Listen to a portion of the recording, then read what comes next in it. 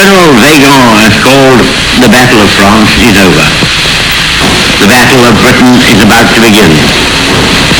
Upon this battle depends the survival of Christian civilization. Upon it depends our own British life and the long continuity of our institutions and our empire. The whole fury and might of the enemy must very soon be turned on us. Hitler knows that he will have to break us in this island or lose the war. If we can stand up to him, all Europe may be freed, and the life of the world may move forward into broad, sunlit uplands.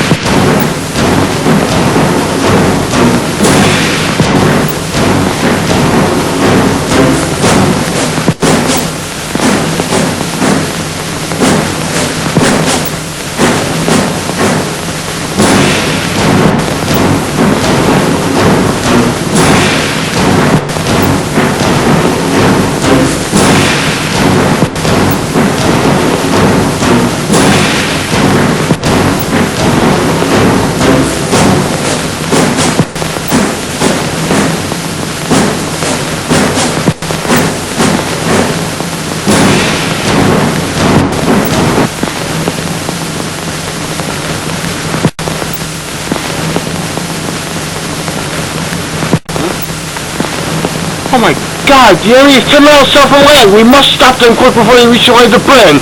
Winston, London, let's go!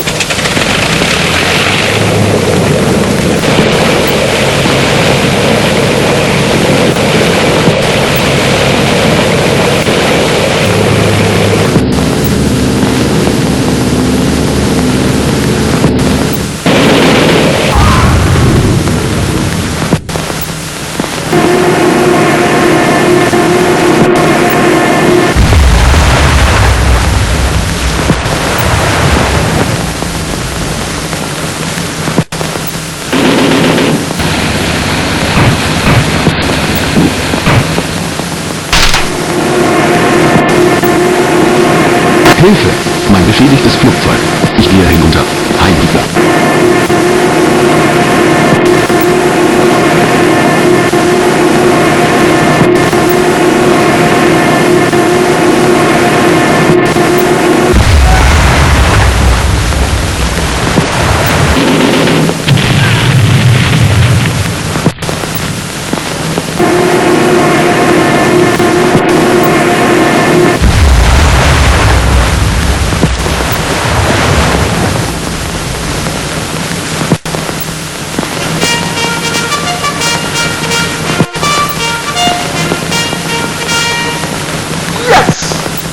Finally an ace!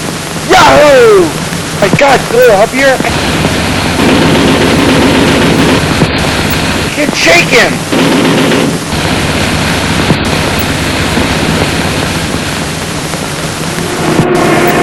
Ich werde geschlagen.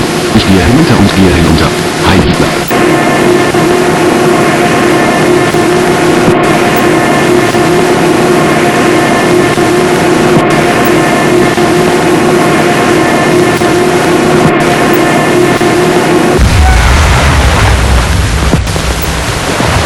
Thanks, that was too close. Ich Gotcha. Sie kommen nicht los.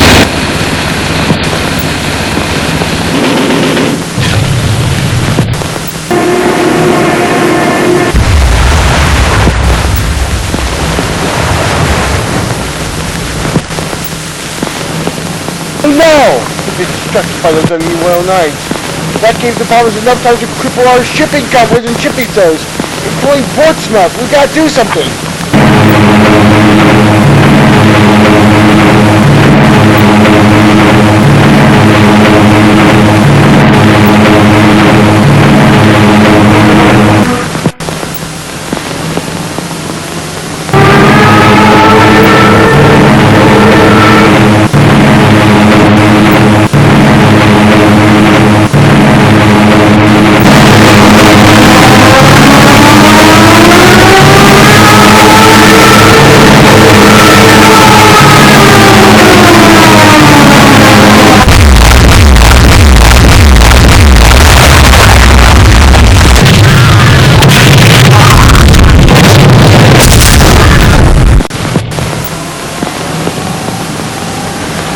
great air battle which had been in progress over this island for the last few weeks has recently attained a high intensity. It is too soon to attempt to assign limits either to its scale or to its duration. We must certainly expect that greater efforts will be made by the enemy than any he has put forth. Hostile airfields are still being developed in France and the Low Countries, and the movement of squadrons and material for attacking us is still proceeding. It is quite plain, sir, that Herr Hitler could not admit defeat in his air attack on Great Britain without sustaining most serious injury. If, after all his boastings and blood-curdling threats and lurid accounts trumpeted round the world of the damage he had inflicted, of the vast numbers of our air force he had shot down, so he says, with so little loss to himself, if after tales of the panic-stricken British, crushed in their holes, cursing the plutocratic parliament which had led them to such a plight, if after all this, his whole air onslaught were forced, after a while, tamely to peter out, the Führer's reputation for veracity of statement might be seriously impugned. We may be sure, therefore, that he will continue, as long as he has the strength to do so, and as long as any preoccupation he may have in respect of the Russian Air Force allow him to do so. On the other hand, the conditions and course of the fighting have so far been favorable to us. I told the House 2 months ago that whereas in France our fighter aircraft were wont to inflict a loss of 2 or 3 to 1 from the Germans, and in the fighting at Dunkirk, which was a kind of no man's land, a loss of about 3 or 4 to 1, we expected that in an attack on this island we should achieve a larger ratio. This has certainly come true. It must also be remembered that all the enemy machines and pilots which are shot down over our island or over the seas which surround it are either destroyed or captured, whereas a considerable proportion of our machines and also of our pilots are saved and soon again, in many cases, come into action. The gratitude of every home in our island, in our empire, and indeed throughout the world, except in the abodes of the guilty, goes out to the British airmen who, undaunted by odds, unwearied in their constant challenge and mortal danger, are turning the tide of the world war by their prowess and by their devotion. Never in the field of human conflict was so much owed by so many to so few.